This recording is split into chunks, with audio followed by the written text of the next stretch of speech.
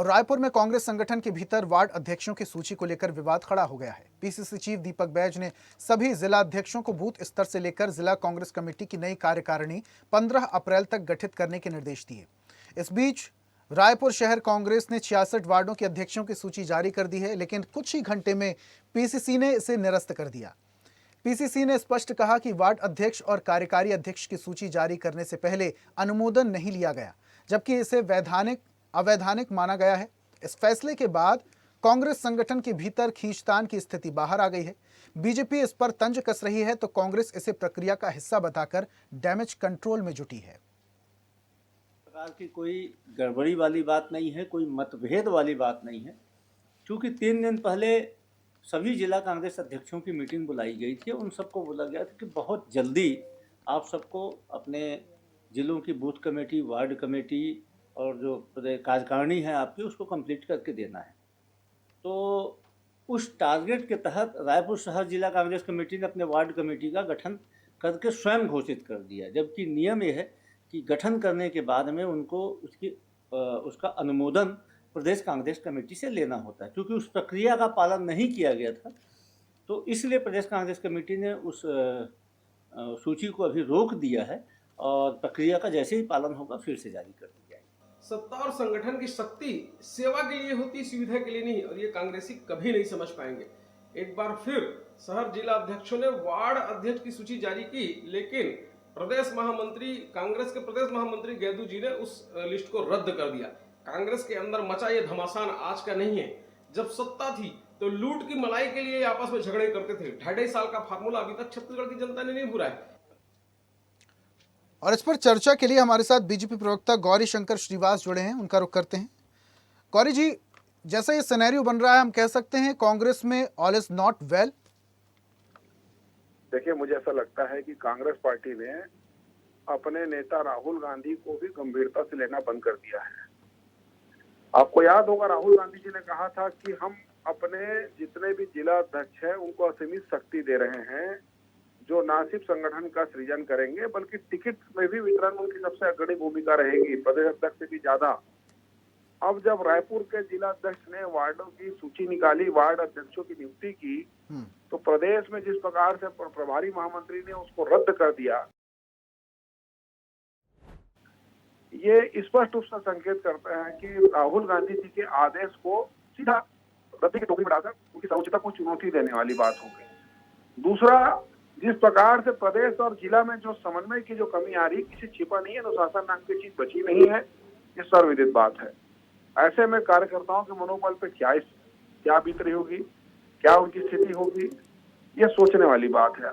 आज प्रदेश में पिछले 2.5 साल में ना कोई आंदोलन खड़ा कर पाए, ना किसी प्रकार जनता से जुड़कर कोई मुद्दे उठा पाए, ना जनता से कोई सरोकार रहा। तो ऐसे में एक सशक्त विपक्ष भी क्या होता है, वो विपक्ष भी की भूमिका नहीं निभा पा रहे हैं। ये बहुत ही प्रदेश के लिए दुर्भाग्यजनक बात है।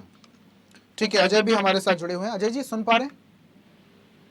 जी बताइए। जी अजय जी, क्यों ऐसा अक्सर देखने को मिलता है? कई बार कांग्रेस के बड़े नेता आपस में उलझते हुए दिखाई देते हैं, कई बार कांग्रेस में ये कहा जाता है गुटबाजी बहुत ज्यादा है, 2 नेताओं के कार्यकर्ता आपस में भिड़ते हैं। मैं अलग अलग स्टेट की बात भी करूंगा, लेकिन मध्य प्रदेश में अक्सर ऐसी स्थिति देखने को मिलती है। अभी ये जो सिनेरियो सामने आया है नियुक्ति पत्र, नियुक्ति आदेश को लेकर, क्यों ऐसा कहा जा रहा है कांग्रेस में ऑल इज नॉट वेल?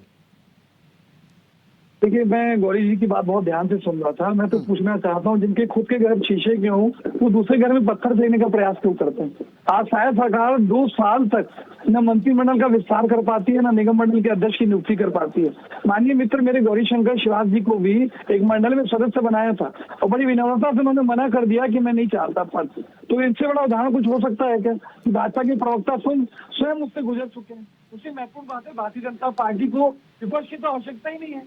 माननीय अजय चंद्राकर जी अमरगवाल संसद में घेर रहे हैं, इनको सदन में घेरते हैं। आज सड़क में नमकीराम कंवर, रवि भगत घेर के बैठे हैं, और कोर्ट में जो बिजवाना गांधी घेर के बैठे हैं।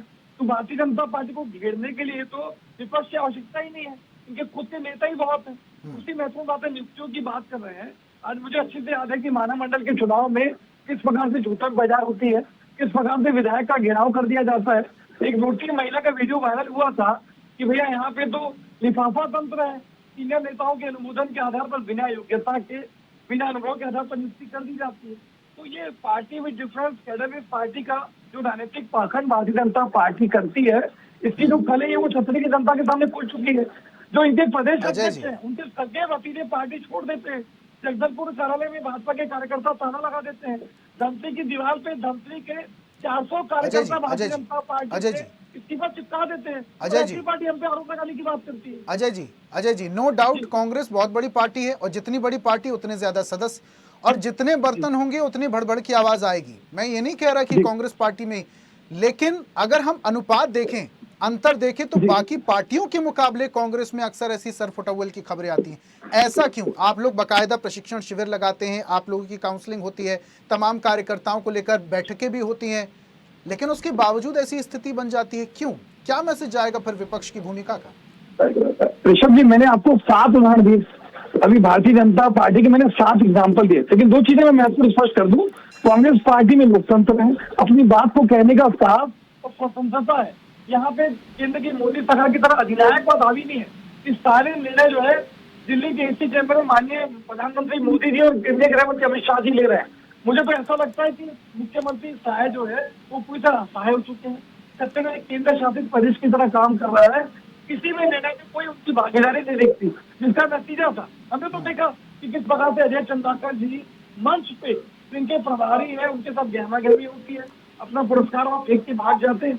आज उनको कुर्ता जगह चिल्ला के मंत्री की तैयारी करते हैं और शपथ ग्रहण में न माननीय अजय चंद्राकर जी शामिल होते हैं न नागवाल जी। जो प्रदेश अध्यक्ष अपने सगे भतीजे को पार्टी छोड़कर नहीं रोक पा रहे हैं, तो किस प्रकार से पार्टी का नेतृत्व करेंगे बताइए। और गौरीशंकर शिवाजी जी खुद उसका हजाना भुगत रहे।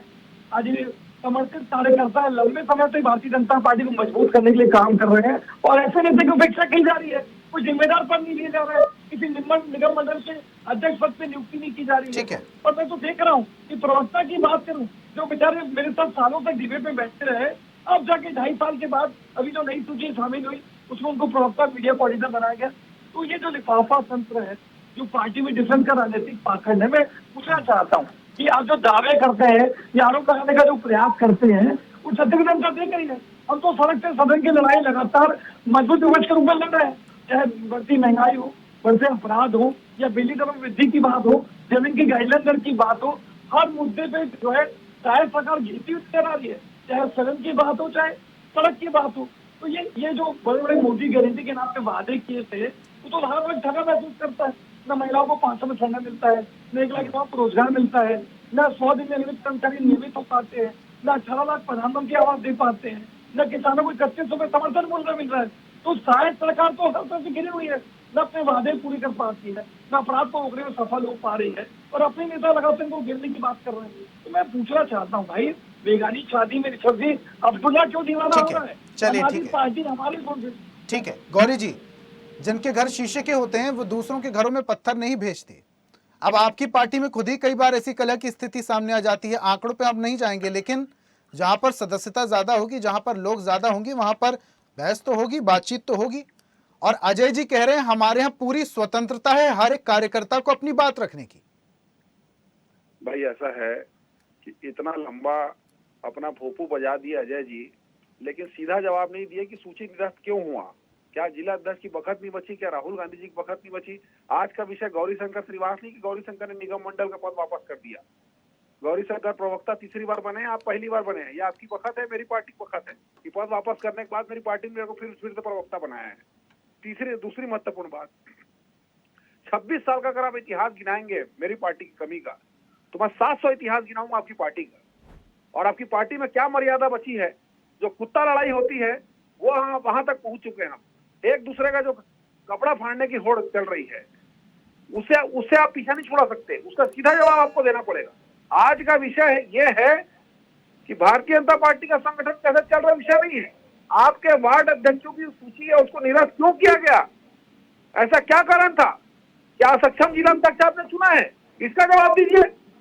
या प्रदेश वाले आपके पचा नहीं पा रहे हैं वार्ड का जिस प्रकार से आपको सूची जारी हुआ है, इसकी सीधा बात न करके भारतीय जनता पार्टी में ऐसा हुआ है, इनके नेता ऐसे किए हुए। हमारे नेताओं के बारे में जो विषय आता है उसका जवाब आपको दिए हैं और ऐसा जवाब दिया कि आपको भागने को नहीं मिलता है। हर विषय में हम जवाब देते हैं आपको, उसमें किसी दिन और आइएगा आज विषय आपकी पार्टी का है, उस विषय पर आइए और सीधा जवाब दीजिए कि सूची जो निरस्त हुई उसका क्या कारण है। इतना खुला खेल फरुखाबादी हो गया आपकी पार्टी में कि ना मर्यादा बचा, ना शासन बचा, ना संगठन बचा, और आप कह रहे हैं हमारी पार्टी ऑल इज वेल है। या तो आप अपनी पार्टी को बेवकूफ बना रहे हैं, या अपने कार्यकर्ताओं को बेवकूफ बना रहे हैं, या अपने दिल्ली बैठे नेताओं को बेवकूफ बना रहे हैं।